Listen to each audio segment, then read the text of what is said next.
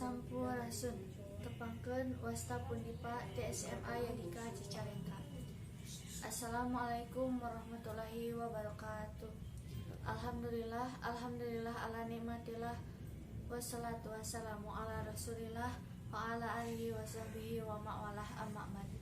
Langkung tipayun hayu urang sangakeun puji sinareng syukur ka Allah Subhanahu wa taala anu parantos maparingan nikmat sareng karuniana dugi ka urang tiasa kempel mumpulung paamprok jonghok patepang rarai di tempat anu mulia ieu.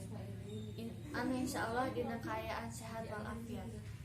Salawat sinareng salam mugi orang tetepkeun ka junjungan urang sadaya Habibana wa Nabiyana Muhammad sallallahu alaihi wasallam.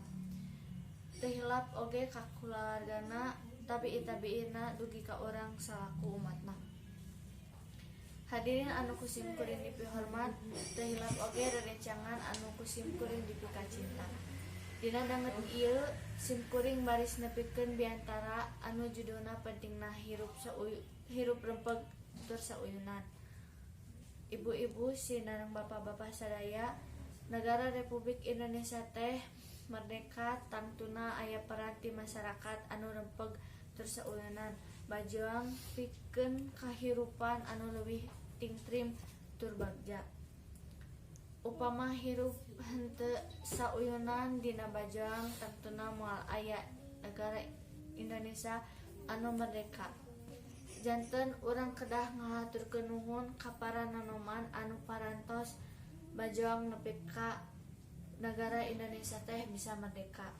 Kukituna urang salaku generasi muda kudu ngahiji rempeg tur sauyunan dina kahirupan sangkan leuwih tingtrim tur bagja silian teh eta sakumaha anu ku urang terang nagara urang diwangun ku rupa-rupa suku, basa, adat, jeung budaya. Tangtuna teu gampang pikeun ngahijikeun ieu hal teh. Ibu-ibu sinareng bapak-bapak, aya paribasa bersatu kita teguh, bercerai kita runtuh. Tah ieu paribasa teh cocok pikeun dilarapkeun dina kahirupan sapopoe. Hartina mah urang teh kudu ngahiji rempeg oge sauyunan sakan henteu aya pipisahan oge papaseaan. Ibu-ibu sinareng bapak-bapak, urang salaku generasi muda kudu terus ngamumule sikap-sikap anu dicontohkeun ku para nanoman urang sarerea saperti sumangetna, rempegna, sauyunanana ti ayeuna boh di sakola atawa di imah masing-masing. Tah kituna hayu urang sasarengan ngawangun nagara ieu sangkan jadi negara anu maju. Salian ti hal anu geus diebrehkeun tadi, ajen persatuan teh bisa dilaksanakeun ku cara ngawangun hubungan babaturan anu silih pikanyaah, silih tulungan, akur, boh di lingkungan sakola, boh di lingkungan imah. Ngawangun hubungan anu akur di dieu teh contona bisa ngalarapkeun sikap-sikap saperti henteu ngabeda-beda babaturan sabab di negara Indonesia teh miboga beda-beda budaya, adat, ras, jeung agama. Salian teh eta ngabeda-beda kasang tukang, boh kondisi ekonomina atawa liana.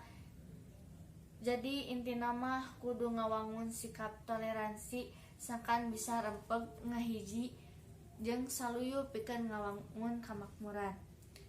Sakumaha urang terang, Indonesia teh nagara pulo anu lega ti Sabang nepi ka Merauke, diwangun ku ribuan pulo anu beunghar ku suku jeung budaya. Karagaman kelompok etnis sareng budaya mangrupikeun kabeungharan anu teu ternilai. Ditilik dina aspek budaya sosial, Indonesia diwangun ku ratusan etnis anu masing-masing miboga adat, bahasa, agama, jeung kapercayaan anu beda-beda.